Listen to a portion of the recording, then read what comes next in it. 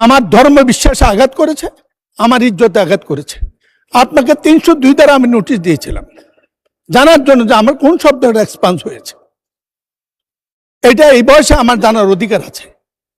এছাড়াও আরো প্রশ্ন আছে যেগুলো আমি আর আজকে তুলতে চাই না।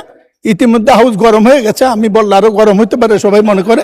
না বলে বলবো, আমার ইজ্জত রক্ষার খাতিরে, সংসদের ইজ্জতের খাতিরে, আমার ইজ্জতের খাতিরে, প্রবীণতার ইজ্জতের খাতিরে আমাকে বলতে হবে আমি কোন শব্দটা অসংসদীয় বলেছি। 1, 2, পরে যারা বক্তব্য দিল, আমার পক্ষে যারা দাঁড়িয়েছে তাদেরকে বক্তব্য দিতে দেওয়া হয় নাই। ব্রেকের পরে যাদেরকে বক্তব্য দেওয়া হলো, আমার দল সহ কয়েকজন আমার দাড়ি নিয়ে কটাক্ষ করেছে, আমার বিশ্বাসের উপর আঘাত এনেছে। দাড়ি কারো ব্যক্তিগত ব্যাপার না, দাড়ি নবীর সুন্নত। এই নিয়ে কটাক্ষ করার এখতিয়ার এই সংসদে কোনো বাইরেও কাউকে দেয়নি। আমি বিচার চাই। মাননীয় স্পিকার, আমার নোটিশ দিয়েছি 300 দ্বারা। আমি আশা করি এটার আনুষ্ঠানিক জবাব আমি পাবো।